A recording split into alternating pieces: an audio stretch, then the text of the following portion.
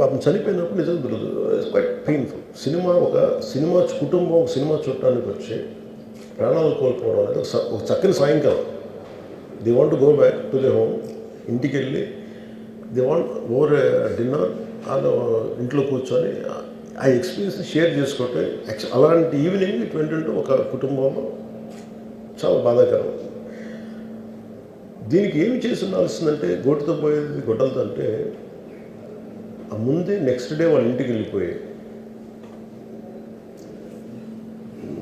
హీరోకి కూడా తెలియకర్లా, అల్లు అర్జున్ గారు కూడా తెలియకర్లా, ఇంకా ఎవరన్నా వెళ్ళి రైట్ ఫ్రమ్ ప్రొడ్యూసర్స్ వెళ్ళి మీ బాధలో మేము ఉన్నామని చెప్పుకోవాల్సి. Let it be director, let it be producers or entire film unit వెళ్ళి చెప్పుకుంటుంటే ఫస్ట్ అది రప్చర్ అవ్వకుండా ఉండేది. మేబీ అది చేశారు లేదు నాకు తెలియదు, but this what I feel. నాకు తెలియదు చేశారా అది అలా కాదు, మనం అలా కాదు, అలా దీన్ని చిన్నగా చేయకూడదు. ఒకసారి ఏమైపోతుంటే మనం తిట్లు తినాలి ఒకసారి. ఇలాంటి సిచ్యువేషన్లో నేను it's not that I had never faced it. I also had faced it. చనిపోలేదు కానీ నలిగిపోతుంటాను. నేనే చాలాసార్లు జర్నలిస్ట్ నలిపి నేను పక్కన నవ్వుతాను. ఒకసారి పోలీసులు నలిగిపోతాను, నన్ను గార్డ్ చేయడానికి వచ్చిన పోలీసు అధికారులు నలిగిపోతాం అంటే నేను పక్కన లాగుతాను ఒకసారి. అంటే అది ఇన్స్టింక్ట్ రియాక్షన్ మనకు ఉన్నాను.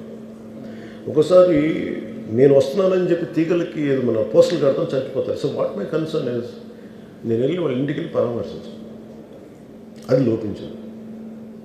అది ప్రొడ్యూసర్స్ కానీ డైరెక్టర్ కానీ ఎవరైతే it could be some maybe ఒకసారి ఆ మూమెంట్ ఎందుకు చెప్పకపోవడం ఉండొచ్చు హీరోకి, దట్స్ ఫైన్. కానీ ఇంతమంది మనుషులు మేము వచ్చి ఇంత కన్సర్న్తో ఉన్నాం, we feel sorry for that. అది చెప్పుండి ఉంటే బాగుండేది. అది నాకు అనిపించిన అబ్జర్వేషన్. రెండు,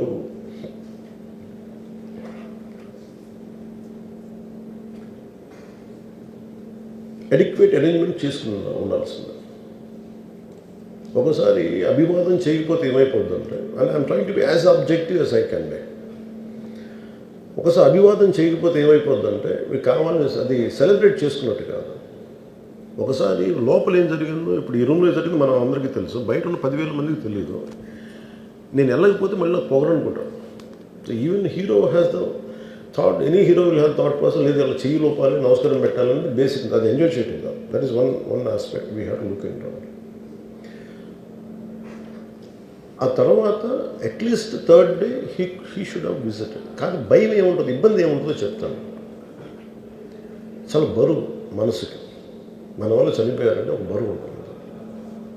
అది ఆ ఒక్క బరువుని ఎవరన్నా వెళ్ళి హ్యాండిల్ చేసి దానికి ఒకసారి ఏమవుతుంది, 10 మంది వెళ్ళాలి. Maybe they should not take in aversion. వెళ్ళి కూర్చొని మాట్లాడి తప్పు జరిగిపోయింది, మా ప్రమేయం లేకుండా తప్పు జరిగిపోయింది, వీఆర్ సారీ, మా సాలిడారిటీ చూపిస్తున్నాం. వెళ్ళి ఆ బిడ్డ కోసం వెళ్ళి మహంకాళం గుడిలో ప్రార్థన చేస్తున్నారు. There are many ways to say that I'm sorry. Though నా తప్పు లేదు, కానీ నేనున్న పరిస్థితులు నా ద్వారా జరిగింది కాబట్టి ఇది వాళ్ళ టీం చేసి ఉండాల్సింది. The producers and also because మీరు బ్లేమింగ్ వన్ యాక్ట్, ఒక హీరోని బ్లేమ్ చేయడం రైట్ కాదు. ఇది ఒక సినిమాని ఒక టీమ్గా తీసినప్పుడు సమస్యను కూడా టీమ్గానే తీసుకోవాలి. కానీ ఇక్కడ సమస్య ఏం చేశారంటే మొత్తం హీరో మీద పెట్టేశారు అండ్ ఒంటరి వ్యక్తిని చేశారు. అది నాకు కరెక్ట్ అనిపించలేదు. That is one aspect. ఆ తర్వాత జరిగిన consequences no one has guided them well. ఆ తర్వాత జరిగిన కాన్సెప్ట్ జైల్లో వన్స్ కేసు పెడితే and we don't question police. అది కూడా డిఫరెంట్గా ఉంది. ఇప్పుడు వరకు ఇండస్ట్రీ, సినీ ఇండస్ట్రీ వచ్చిన తర్వాత ఎప్పుడు అట్లా ఆ టైప్ అరెస్ట్ చేయలేదని కూడా ఒక discussion. That is Revanth Reddy garu. Even if it is me who would done the same thing without a doubt. He's Revanth Reddy. అదేంటంటే it is not who you are, it is what happened through you. And sometimes you want to send a message. అలాగే ఆయన మీరు అనుకుంటుంది ఏంటంటే చాలాసార్లు అడిగారు ఆయన పేరు చెప్పలేదని ఇవన్నీ.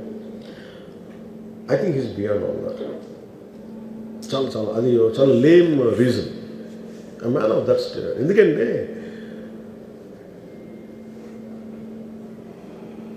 ఆయన నిజంగా ఆ సినిమాకి ఇచ్చినంత పుష్ ఇంకా తెలంగాణ మేము ఇంకా హైదరాబాద్లో వాళ్ళకి ఇచ్చినంత టికెట్స్ ఈవెన్ అంటే అక్కడ ఎక్కువ పాపులారిటీ ఉంది. అంటే మీరు నన్ను అంటే ఎక్కువ సీకింగ్ ఎక్కువ ఉంది పర్టికులర్ ఫిల్మ్కి.